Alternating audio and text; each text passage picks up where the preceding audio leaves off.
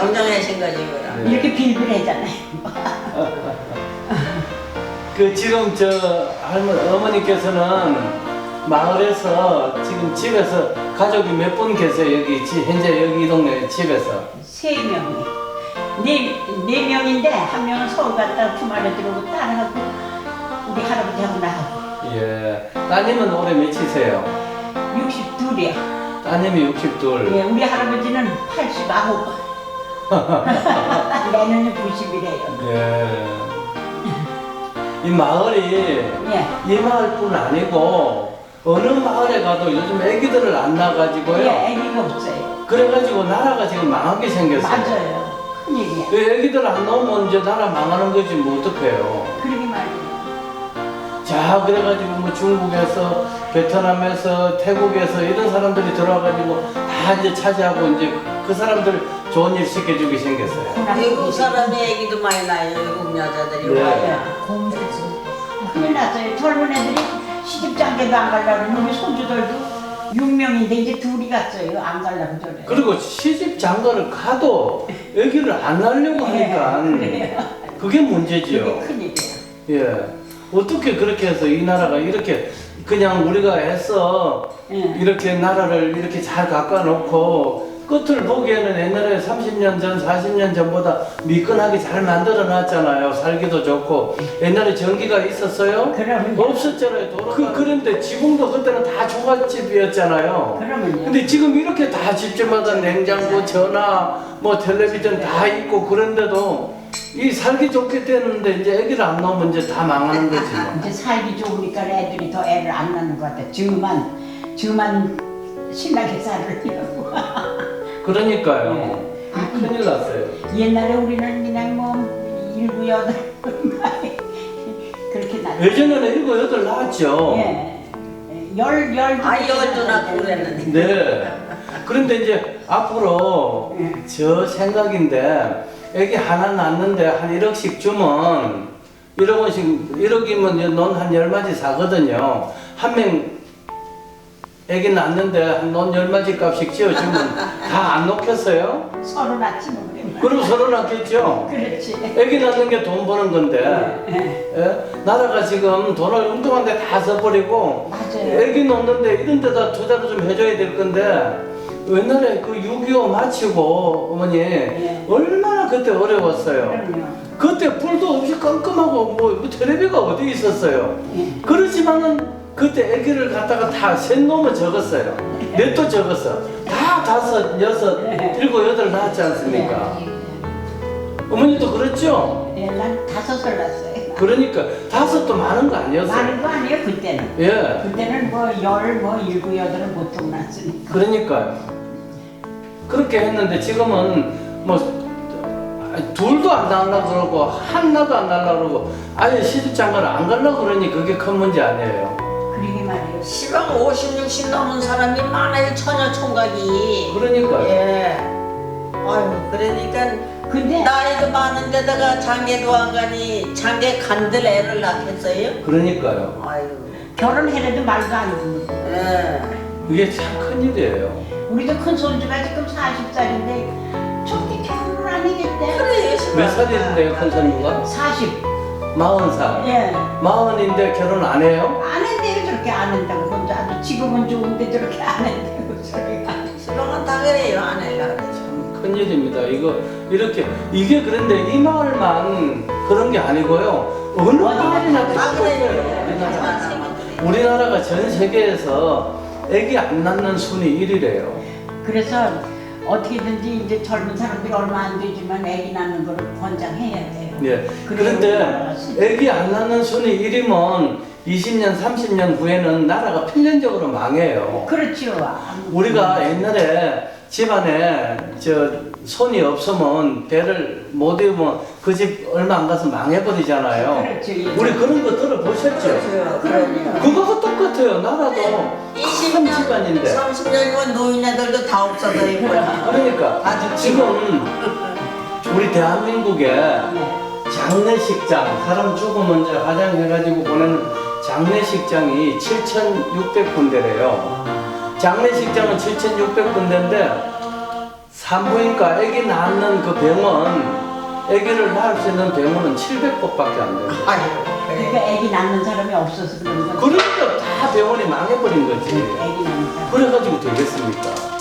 예? 이렇게 하면 시방 둘도 안 날라고 아니 그래. 지금 이런 상황을 현실을 우리가 이제 이렇게 유튜브 방송 이런 데다가 내보내가지고 그걸 이제 알려야 그 정부에서 돈 딴 데 엉뚱한 데 쓰지 말고 그냥 다 제껴놓고 이제 길도 낙고 먹고 사는 거 다 충분하니까 사람들 직장 젊은 사람들 없어가 쩔쩔 매는데 그래서 애기 놓으면 내가 정부에서 돈 줄게 하나 둘까지는 너 힘으로 나라 셋째부터 놓으면 1억씩 줄게 또 넷째 놓으면 1억 주고 다섯째 놓으면 1억 주고 그러면 된다고요. 그리고 빨리 결혼을 하게 늦게 결혼은 안 하고 30살 마누라가 됐든 남자가 됐든 둘이 합한 나이가 60 그러면 평균으로 30살이잖아요. 평균으로 30살 안에 셋째를 놓으면 한 명 더 추가해 나올 때마다 셋째부터는 2억씩을 주는 거라. 예? 2억씩을 주면 그러면 둘 놓으면 이제 넷째를 놓으면 4억을 받고 다섯째를 놓으면 6억을 받는데 그러면 결혼을 빨리 하려고 안 그러겠냐고요. 그렇죠.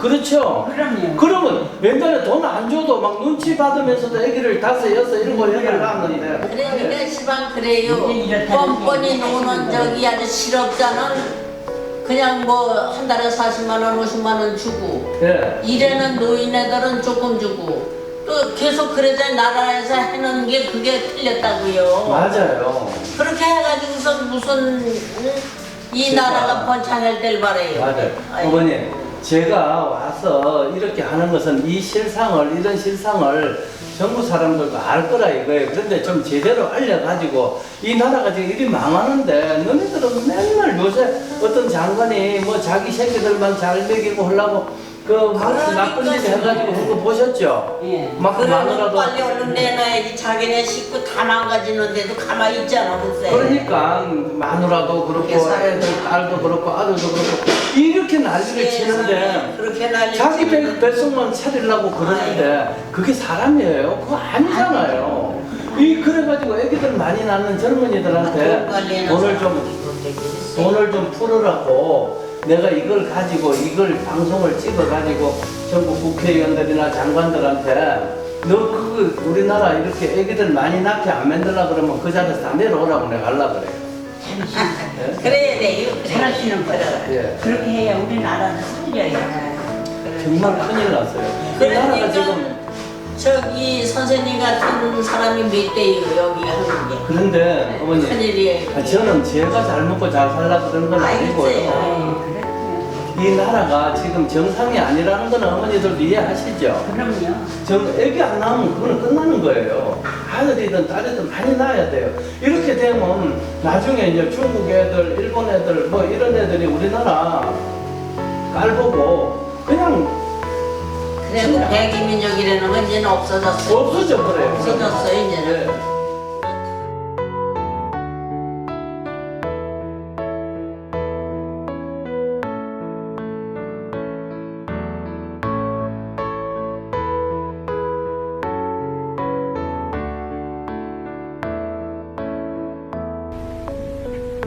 자, 옛날에 여기 경남 하동 행천중학교가 있던 자리입니다.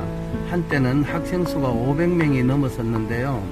이렇게 요양원으로 변해버렸습니다. 참 안타까운 현실입니다. 이 노인들께서 다 이제 돌아가시고 나면 이곳도 결국은 또 폐쇄되겠지요. 누가 이 나라를 지키고 가꾸겠습니까? 참 안타까운 현실, 여러분 절대로 묵과하지 말아야 합니다. 여러분 꼭 기억해 주십시오. 이 안타까운 현실 우리가 살리지 않으면 누가 살리겠습니까? 감사합니다.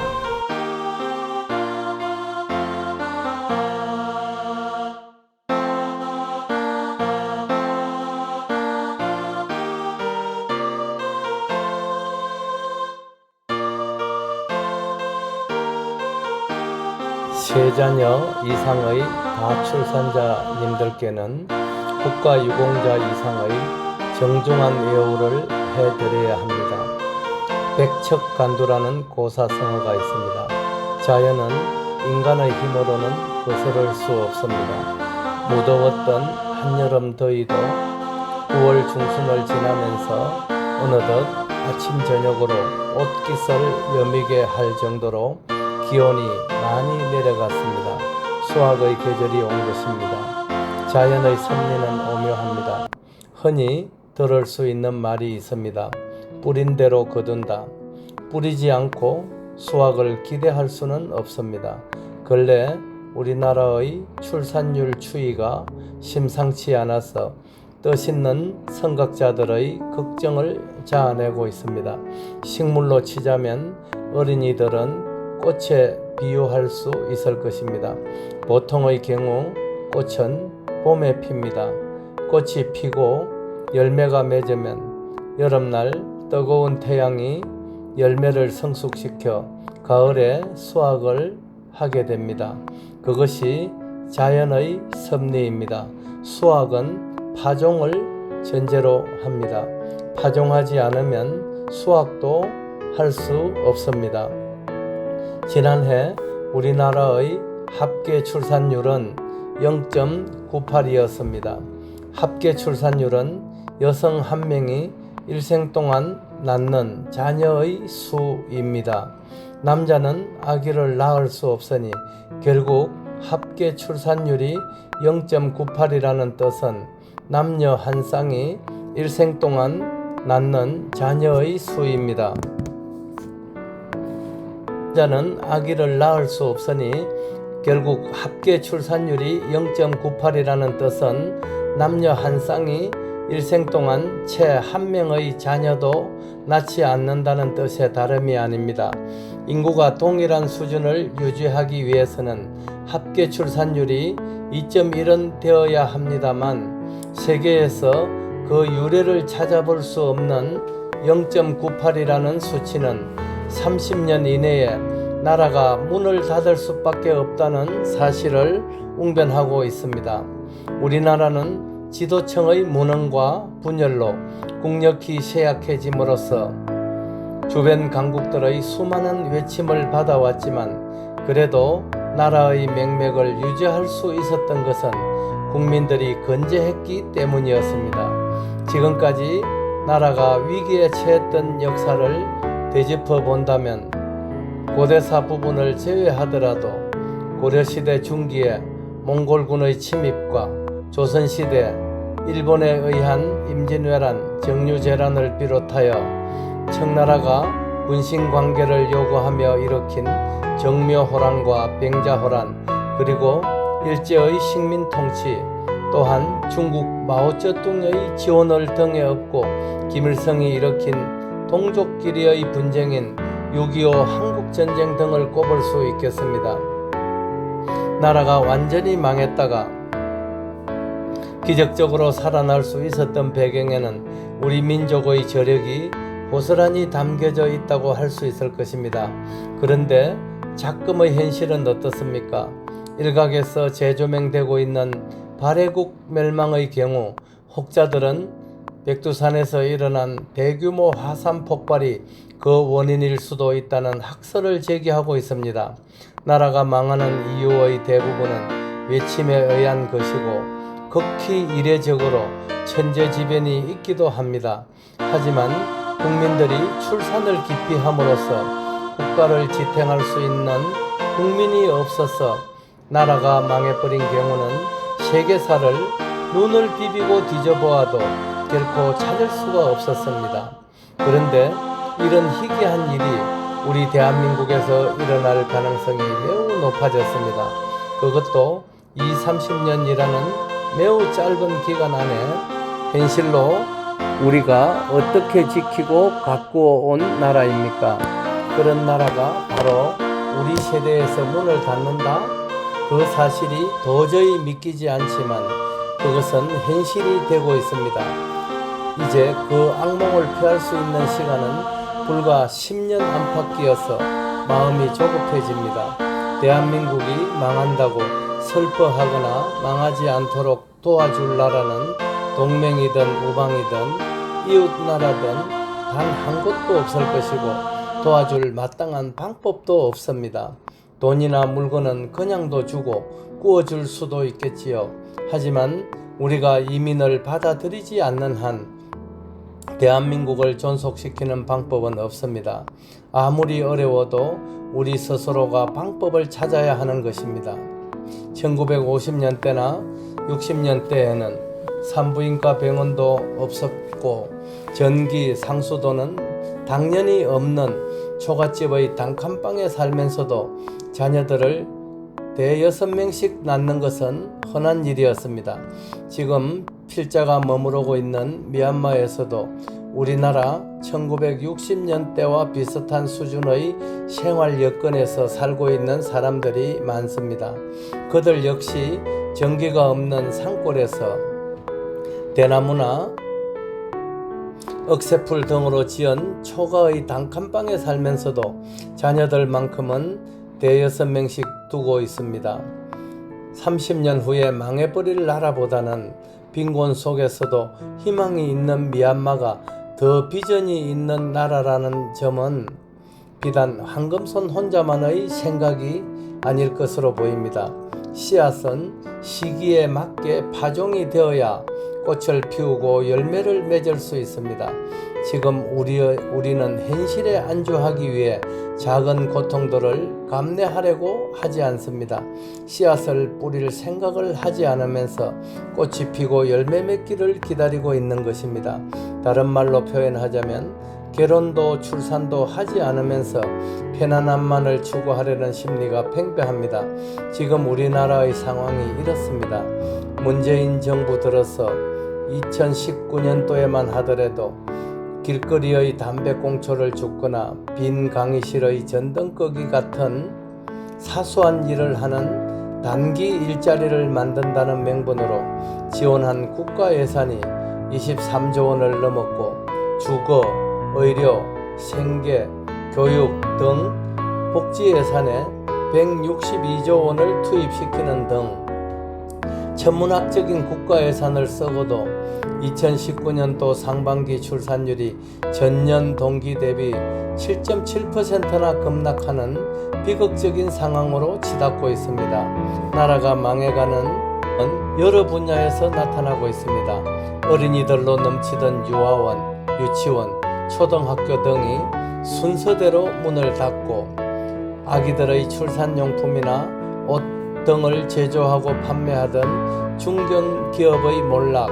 영유아들의 분유, 이유식 판매량이 급감하였으며 중소도시, 대도시를 가리지 않고 문을 닫는 산부인과와 소아과 병원들, 시골 군단위 지자체에 산부인과는 없어도 장례식장은 서너 곳씩 성업 중인 나라가 정상적인 나라입니까? 백척간두라는 고사성어가 있습니다. 위험이 도를 넘었다는 뜻입니다. 그러나 정작 더 무서운 일은 이런 위험이 목전에 다가왔음에도 누구 한 사람 이런 위험을 인식하거나 대비책을 세울 생각이 없다는 점입니다. 그렇다면 우리는 다 함께 공멸하는 것 외에는 달리 방법이 없는 것일까요? 많이 늦었지만 지금이라도 정신을 바짝 차린다면 가능성이 없지는 않습니다. 정부와 여당이 내년 총선에서 국민들의 표를 의식한 선심용 예산을 대폭으로 줄이고 덜 급한 예산을 전용하더라도 아기를 낳는 젊은이들에게 현금을 지급해 주십시오. 첫째 아이를 낳으면 100만 원을 지급하고 둘째는 1000만 원을, 셋째부터는 몇 명을 더 낳더라도 숫자에 제한 없이 1억씩을 지급해야 합니다. 지급 방법도 복잡한 절차를 따지지 말고 출생증명서만 제출하면 농협이나 은행에서 예금을 찾듯 쉽게 돈을 지급해야 합니다. 또 한 가지는 조혼이 이루어질 수 있도록 부부의 합산한 나이가 60세 전에 셋째를 낳으면 셋째부터는 매번 2억씩을 지급토록 한다면 조혼 풍토가 생김으로써 짧은 기간 안에 성과를 낼 수 있을 것입니다. 한편으로는 출산율의 급락으로 나라가 기울어가는 상황에서 셋 이상의 다출산을 하는 가정에는 국가에서 애국지사 이상의 예우를 해드려야 합니다. 그들에게 국가유공자로 정당한 예우를 갖출 때 사회적 분위기 또한 다자녀를 갖는 방향으로 바뀔 것이고 다자녀 가정에 대한 존경심이 생길 것입니다. 아기를 많이 낳으면 부자로 살 수 있다는 확신을 가지도록 정책적 배려가 꼭 필요합니다. 신생아 출산이 크게 늘어나면 경제 또한 자연스럽게 활성화될 것으로 확신합니다. 애써 지키고 가꾸어 온 대한민국을 살리는 일에 여러분의 많은 동참을 호소드립니다. 앞으로 우리가 힘을 기른다면 입법권을 가진 국회의원들에게 압력을 행사할 수도 있을 것이고 관련 부처의 장관들에게도 그 부분에 예산이 배정될 수 있도록 도움을 요청할 수도 있을 것입니다. 그리고 다자녀 출산자들이 공무원이나 대기업 등 직장에 취업할 때 가산점을 부여토록 법적 제도적으로 강제하는 방안도 좋은 아이디어가 되리라 여겨집니다. 나라가 여기서 문을 닫을 수밖에 없는 현실에서 우리는 어떤 방법을 동원해서라도 출산율을 높임으로써 반드시 나라를 살려야 하겠습니다. 황금소는 여러분들과의 소통을 위해 유튜브 계정을 개설했습니다. 유튜브에서 배대열의 세상만사를 방문하신 후 구독과 추천, 공유를 부탁드립니다.